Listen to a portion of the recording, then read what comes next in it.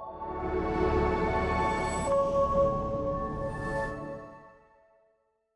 didn't know till I met a surveyor who told me about old maps that showed how much of this area was wetland before contact. Like all the foreshore area was wetland. There was areas where it was higher, but for the most part, the whole foreshore was wetland. That is my lovely guest this week, Carrie Ried. I'm Taryn Picard, and this is What About the Wetlands, a podcast where we talk all about everything wetland related in central Vancouver Island. This week, I have the pleasure of speaking to Carrie about wetlands from a First Nations point of view. Now, I've known Carrie for quite a few years, and every time I get a chance to chat with her, I just feel so privileged because she is such a wealth of knowledge. She lives bringing back tradition to her culture in so many ways, and we are so lucky that she is willing to share that information with us. So I hope you enjoy this chat. It's definitely different than any other podcast interview I've done for this series, and I really enjoyed it, so I hope you do too. My name's Carrie Ried and I'm from Qualicum First Nation. I love to be outside and I love to hang out with plants and people. That's so lovely. And you know so much about plants. Okay, I got my first question for you if you're ready for it. I'm ready. How do you define wetlands? How do I define? I think it's land that holds water. That's good. That's straightforward. So if I think about,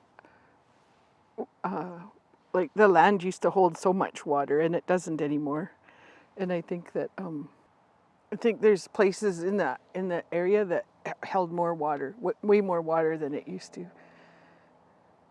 And the water, as a kid, I didn't like it, right? Wetlands, because they're hard to get through. They're hard to slog through. You can't swim. You get wet. You don't know what's under it. It was everywhere. So finding a trail or a root system to go over the wet part was pretty cool. I didn't know till I met a surveyor who told me about old maps that showed how much of this area was wetland before contact. Like all the foreshore area was wetland. There was areas where it was higher, but for the most part, the whole foreshore was wetland. And lots was, and I think that understanding is not there. Like how much of the, those estates along the beach were filled in for homes, or they were on spots where there was an old village site because that was available for people to build on before contact, and the people knew it was dry. So, but the ones that weren't were filled in, and you can even look at some of the old photos in the museum and you can see people trying to get through. There's one I pass quite often going up to Courtney, and you can see where that photo actually was, and the people being stuck in the wet, like in the not able to get the wagon train through. So I think that when people started moving by land and not water, that really had the biggest impact on wetland. Everything got filled in or cut down for road systems, and there's old photographs there too, like around French Creek, like the people standing in front of the big giant fir trees before they got cut down to push the road through. And it's kind of it's out of our reality, right, what that forest was like, because it doesn't exist anymore. Big shade-grown trees. I can still have people come and tell me, well, this is an old-growth tree, but it's not shade-grown anymore, so all that shade allowed the ground to be wet. It wasn't dried out with the sun and the winds. But that's in nobody's living memory anymore. And it won't be, like it's gone. Like it's not coming back. Even if we stopped everything today, it would take 500 years to get back there, right? That's generations and generations from now. And if I think about it too hard, my heart breaks. So I have to really talk about doing the best we can with what we've got. It's crazy when you start, the more you know about like how nature works, and you think like, oh, what I see now is what's going to be affected in 20 years, but it might be like 60 years before you see the effects of even what you've done today or what's happened today. So we have to go forward with faith, right? That nature will, if we help, nature will look after itself. You could build a house. The old people would pop a plank off a tree, right? The whole tree didn't have to die. You could just take a plank off the tree and then build your home. And I think that that sense doesn't exist anymore. That's everybody needs their own bedroom with their own house, with their own, like, that communal living. People don't have that in their thought process very often anymore. It's like everybody needs to get locked up in their own space. When you're talking about how there was, sites that the villages were on near the water, so there was some areas, I guess, few and far between, it sounds like, that were like flat and fairly dry that they were able to build on, or would they have had to like alter the land somehow to put villages Doesn't on? have to be flat. Okay. If you, like Little Qualicum, you can see the terracing still on the north side of the river where the longhouses would have been going up. Okay. And actually they were up high on the bank on the south side of the river too. That was a huge village site. So it didn't necessarily have to be flat. Most of the village sites were near a freshwater source. And then if you go back in time, you know, when we dig up remains, or the archaeologist or developer digs up remains, and we have some contribution to that, you can see how things have shifted over time, right? Like this village might be 2,000 years old and it's not in a recent place. Like it stayed the same all the time. Things Right. shifted, right?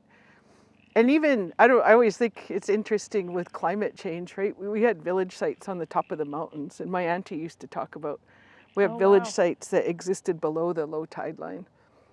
So, so our history on this earth is so long. In our teachings, we didn't cross a land bridge. That was somebody else's idea. People like to think we all came from Europe, right? Like that's some kind of ethnocentric thinking. It's like the center of the universe. But our teachings say we've always been here, and we're always going to be here. So it's our cultural duty to look after the land. Right. You're not going anywhere else. You got to take care of what you see in front of you. Yeah, and that's got messed up over the years with residential school, and people got to earn a living, and monetary system, all those things, right? So not everybody in our communities thinks that, but I think it's an old cultural truth. Makes sense. There is a smaller village site at the mouth of French Creek, and a big one at Little Qualicum. There was one on the south end of Qualicum Beach. But they weren't all there at the same time, although lots of them were. I mean, smallpox. Smallpox came before the explorers came. Smallpox came on the south wind. And it was airborne. Like the smallpox blankets are real, that's documented, but they weren't necessary because it could be passed through the air. And so that's how come nobody fought back when the ships came. They were Too tired. and most people had died. It was Right. This was the last area of the island to get discovered because people went around the bottom end and around the top end, and this area they got to last. And the biggest motivation here was that trail from at the Big Qualicum heading to Port Alberni. So was there quite a bit of travel like inland, or were you guys pretty much just like along? Because you're talking about how like waterways were the main form of transportation, right? But then there was like obviously like you're talking about the trail between Port and Qualicum. Yeah, that was Salish territory around Port Alberni before contact. The Port Alberni people came in later, so that northern Salish kind of went around to Comox Lake and up that way, which is easy access by trail and short if you're not driving on a road, right? Yeah, right. It's more direct, I guess, hey, than now. Now you got to drive so far around to get there. Yeah. There used to be a longhouse at near Cameron Lake. So people lived inland too. I mean, it's like you hang out with all the same people, and then maybe you're there all winter, and then in the summer it's like, oh, I'm going off to the top of the mountain for a couple months, right? Like people traveled more in the summer, and there was certain, you know, you could gather things in certain areas, and you know, we're going to take our family and go to Denman and pick berries or pick apples for the summer, that kind of thing. So that happened a lot in the summers. People traveled. There was a big village site on Denman too, though, and Laskeety. And those were like all year village sites, or those were just okay? Yeah. Cool. You got to go seeing different friends in the summertime. Yeah. So on our like Hamilton Marsh tour that we did, I don't know how many months ago now, you were talking a lot about like how much the marshes were used for food traditionally. Food, and for the not, I think probably less food and more the cattails was an important part of our history, and the other rushes. I can't remember their names. Bulrushes? Yeah. So they would be woven into big mats, and they'd line the inside of the longhouses, because when they're dry they shrink, and when they're wet they swell. So they become waterproof in the winter on the inside of the longhouses, and when it's summer and they shrink, then it allows the breeze through. And the same in the summer, there would be tents. People would travel. They'd be like rolled up mats that make into tents, right? So when it rains, cool. they swell, and then you have a waterproof tent. So bulrushes were huge in our culture. So gathering rushes, and they would be refreshed every couple of years because they're natural, right? And there was a big process to making them, and these big long needles that would get threaded through, and it's pretty cool. And they'd be creased. If you creased them, they didn't break off as quickly if you didn't crease them. So lots of technology, I think, came from marshes, probably more than food sources. You can eat like the roots and things of rushes. You can grind them into like almost like a floury, pasty kind of thing. But I think more it would be gathering rush than food. Cool. Although I did see silverweed at Hamilton Marsh. So that root. It was a delicacy. It was very time consuming to gather, so it was like only the important people got to eat it. It was the caviar. Yeah. That's interesting. And the apples like to grow, like I suspect this was wet because you've got grass growing along there, like marsh grass. Yeah, it gets really wet. Apples, they like to be around wet. So okay. This was probably largely wetland in here too before it was cleared. Yeah, this whole thing I think there's like that area, the field over there is wetland. This will be wet like December. This will all be wet. That's just like a mini wetland there. There's kind of like a little dugout in it so it doesn't stay as wet anymore. But yeah, and it's interesting like living here on and off for the past 15 years. Lots of the properties have like dammed stuff or done whatever, and it's really interesting to see how the water levels in this area have changed because of like people just doing things on the land, let alone like actually paving and developing. And yeah, it's interesting for sure. So going back to kind of talking about how the land doesn't hold as much water anymore, do you think that's specifically because of development, or is that for other reasons too? No? I think contact created climate change, because this would have all been shade. Oh, true, yeah. Everything would have been shade. The whole island was covered in shade, and that allowed the water to slow filter through the ground. Right. Yeah, it would have slowed the process down so much, hey? Yeah, that forest right there behind us, actually, you can really tell that walking through it, because there's all year round there's water just sitting in it. There used to be like a little creek from like a spring that would run through it. It dries out now because I think the water tables dropped so much with everybody that's moved here, but yeah, it's such a huge difference between there to here, like July, you'll see this just brown, and then that'll be still wet and green in it. It's really, huge change. This place is so cool. Like, coming back to the wetlands again, like So there's like a kind of like a dugout. I don't know if they must have dug it out. Yeah, like in the field next to here. And then around it, there's like, it floods in the wintertime, so it turns into a marsh, the whole kind of front field, and then the side beside the pond does. And we've had like, there's been river otters that have come up, like we're quite a ways from the river or the ocean, right? They've come up. There's herons that stop in there all the time. There's an eagle that nests over there that comes and like hunts ducks and stuff in the pond.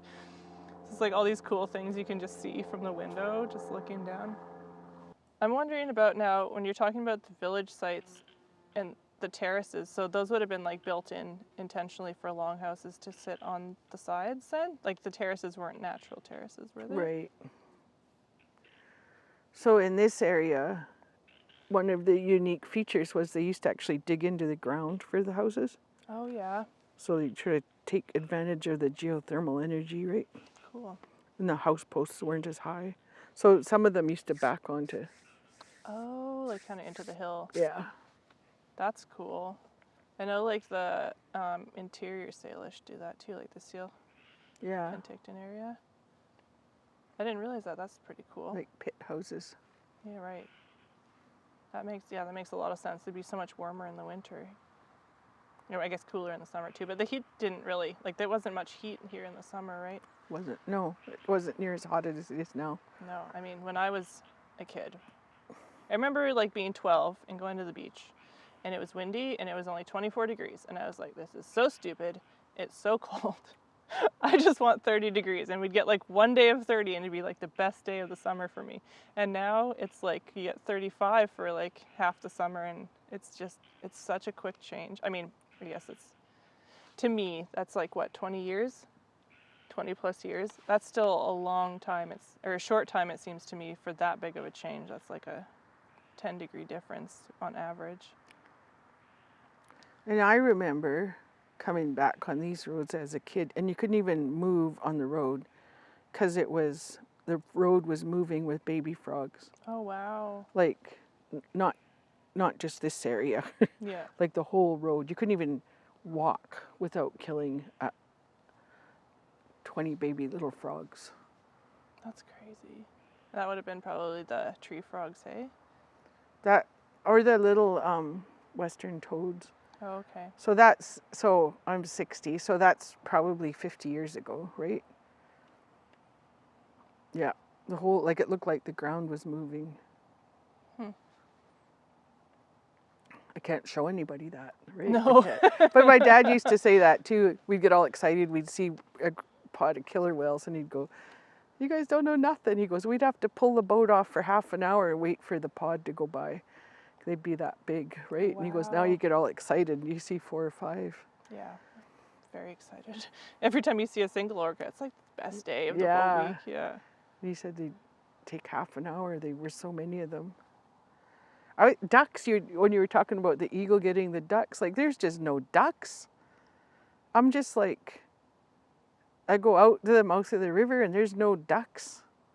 You go up the river, there's no ducks. They're gone. There's no ducks. Has that been like a recent thing, or has that been, yeah, because I remember it like, I don't know, I think the last few years has been quite a few, but I don't watch that much for ducks, so I could be very wrong about that. There's just no ducks compared to what there used to be.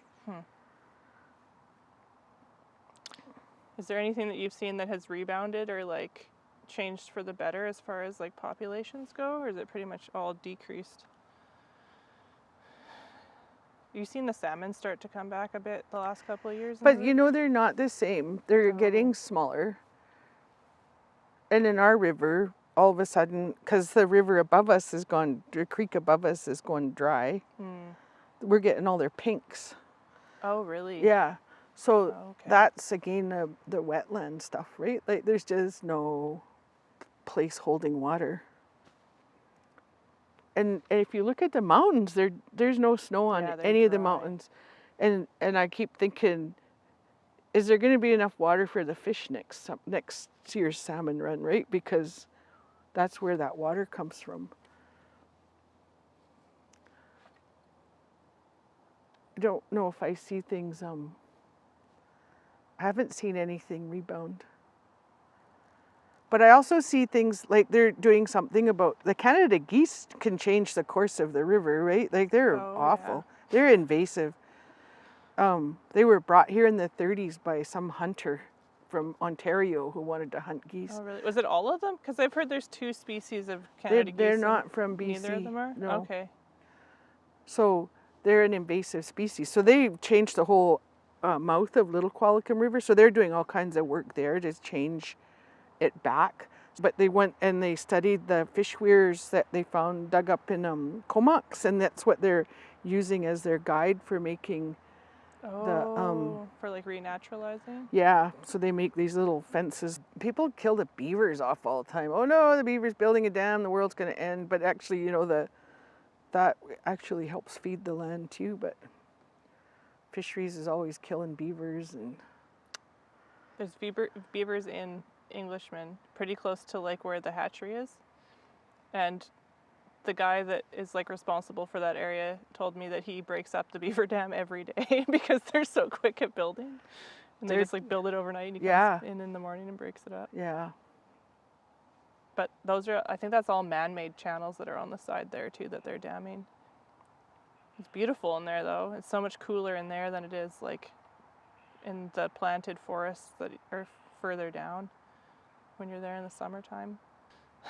So do you have any suggestions for how people could get involved or changes that could be made that like the average citizen could do from your point of view that would make these things hopefully go in a more positive trajectory instead of go plant some trees. Like. Yeah. Go plant some trees. Empty your water bottle onto the land. Yeah, I think that there's probably so much water because people drink this much of their water and then they leave it and they don't remember which one's theirs and then it gets left. And I always think that's our water shortage. It's all in these half-empty water bottles in the landfill. Yeah, I guess, and when they're directly pulling out of Rosewall Creek, which is like right down the road, it's hard to ignore that too, right? There's that bottle packing plant right there. Yeah. I don't know. Just do more. I think that's it. And I mean, just do a little bit more. Put some effort into it. And it's hard to, because we live in a world that's so material, right? So everything's material. I gotta have this, I gotta have this, I gotta have this. Like, we don't gotta have it. One of our really strict traditional teachings was about not wasting, like not taking advantage of the land. So you only take what you need. And I find people just take everything now. And it's like, even the cedar roses, I have issues with people selling cedar roses at the craft fairs because that's not necessary to our survival. And I get it, it's income for people, and I get it, it's a beautiful art, but that was how we were taught. You just take a little bit, you just take what you need. You don't take it all. Or you don't take too much. But it goes in opposition to developers, right? Where they want everything. And I think it's hard too for people when you're seeing things change so fast and people are losing their stability and their sense of safety. It's hard to leave something when you're in that kind of like fear and scarcity mindset, and that's been built into Eurocentric culture, especially for a very, very long time. So shifting that and accepting that like you're sharing with animals too. Like you think of going out into the forest and finding like mushrooms or something, and mushrooms are such a big thing now, and people will take like an entire patch instead of like leaving half of them for like the slugs or the whoever else is out there eating, the deer or whatever. It's hard to, people's minds don't think about the fact that you're in relationship with all these other creatures that you share space with. Yeah.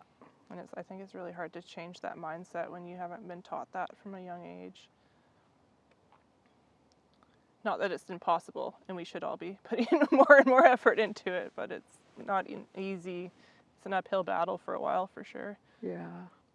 But there are still places like this. This is real pretty. Lots of places on the reserve, too, that are absolutely gorgeous. Yeah, but they're not the original forest, right? That's all. Yeah. There was an Indian agent who cut down all the trees on the res in the 1920s.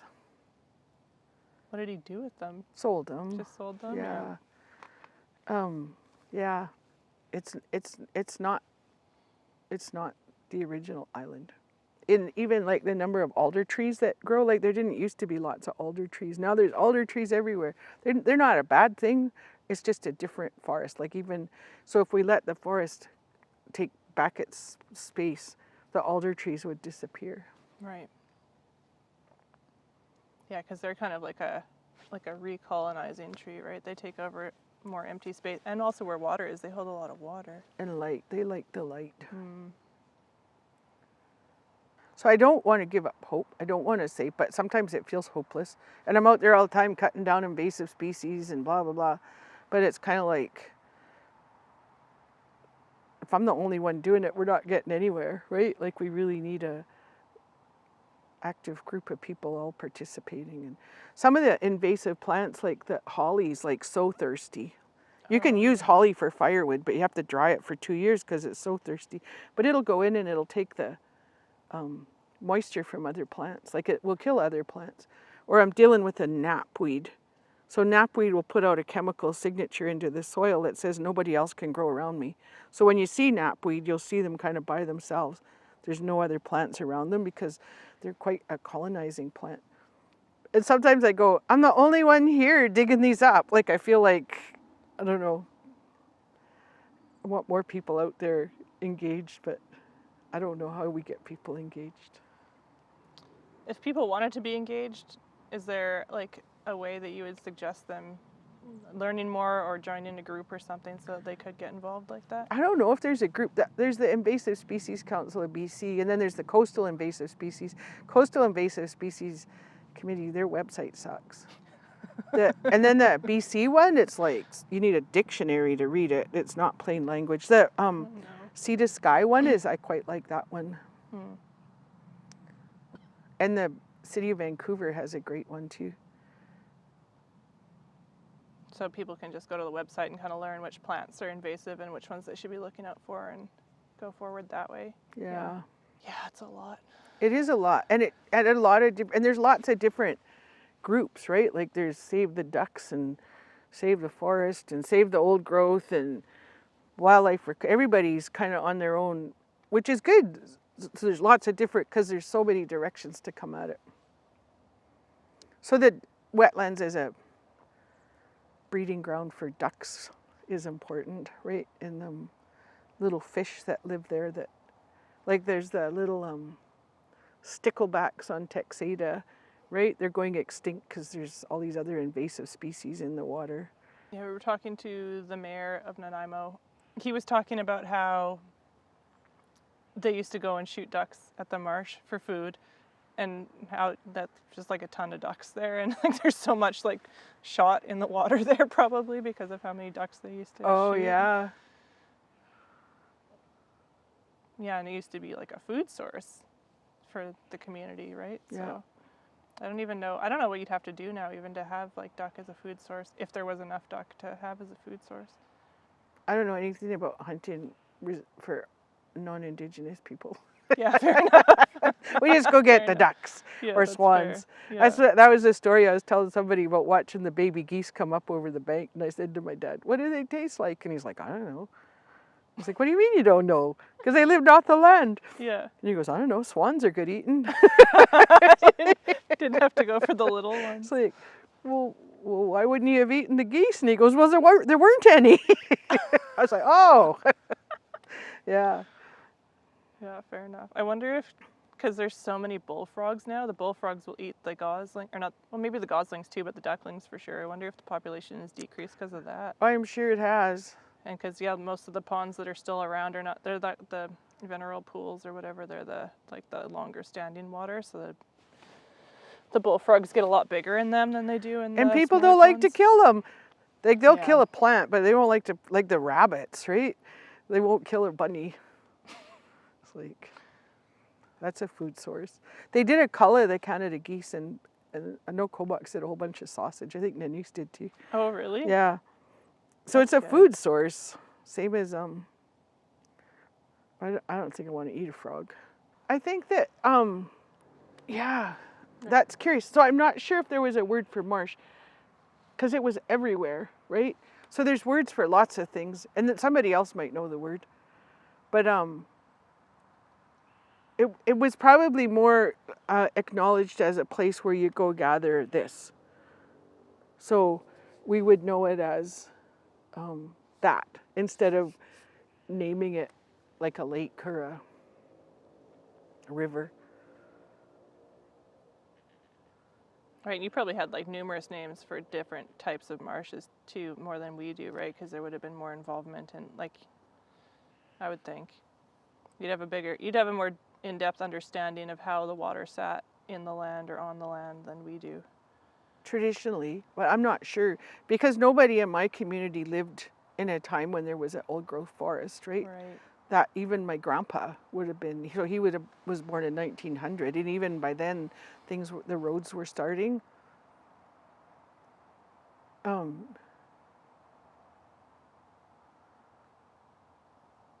So I think that, different things happen. I had this same experience. I was trying to find a word for elephant seal, and I couldn't find a word for elephant seal. I'm asking everyone. I'll take any Salish word for elephant seal. And one of my, because they were here and then they went away and then they came back a long time later, and so people quit using because they weren't there anymore. And so my friend said, we're at the age of extinction for some words. And so it's true. So we could do a bit more research about marsh.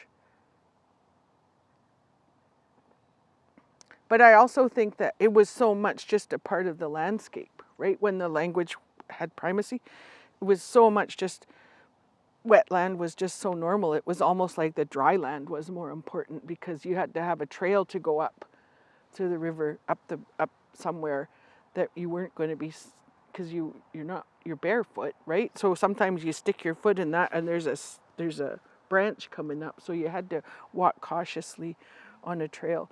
So it makes more sense to me that there would be a word for a trail than wetland. Right. I love that. It's just so interesting. You learn so much from, especially in learning anything about Indigenous languages, you just learn so much about like the land and the place. I know, and it's like I'm always learning too. Like I just learned a word. There's a word for the ripple a fish makes on calm water. Like there's a word for that. That's so It's got cool. its own word. Yeah. I just thought that was so cool. Is there a different word for each different fish and the different ripple they I make? think it was just there's a word for rippling that's Right. kind of related, but specific to if you're out hunting and you know that water's rippling because there's a fish there, right? Oh, yeah. So I think that's your survival, right? Is knowing those kinds of things. Yeah, all these things you don't think about when you don't have that relationship to the land you're on, or water, the water you're using. And there was different types of canoes, right? Like you see the big ocean going canoes now where there's skinny little race canoes, but there were beach canoes. Like there was different shapes of canoes and sizes of canoes for different, like if you were on a marsh, you would have a different canoe than you wouldn't have the big ocean going canoe or a race canoe on it. You'd have a smaller, flatter canoe that you'd take on a marsh to harvest. Is there any remnants of those around? I have not seen anything other than the big ocean going canoes and the race canoes, I think. I don't know if anybody makes them anymore. You can find pictures of them, old photographs. There's a cool one out of Cowichan where they're, I think they're at Somanis where they're harvesting in a canoe. Oh, cool. Yeah. That's so cool. I'm just like picturing them as like flat and shallow, but now I'm gonna have to go look it up. Yeah. Flat and shallow. I always refer to them as beach canoes.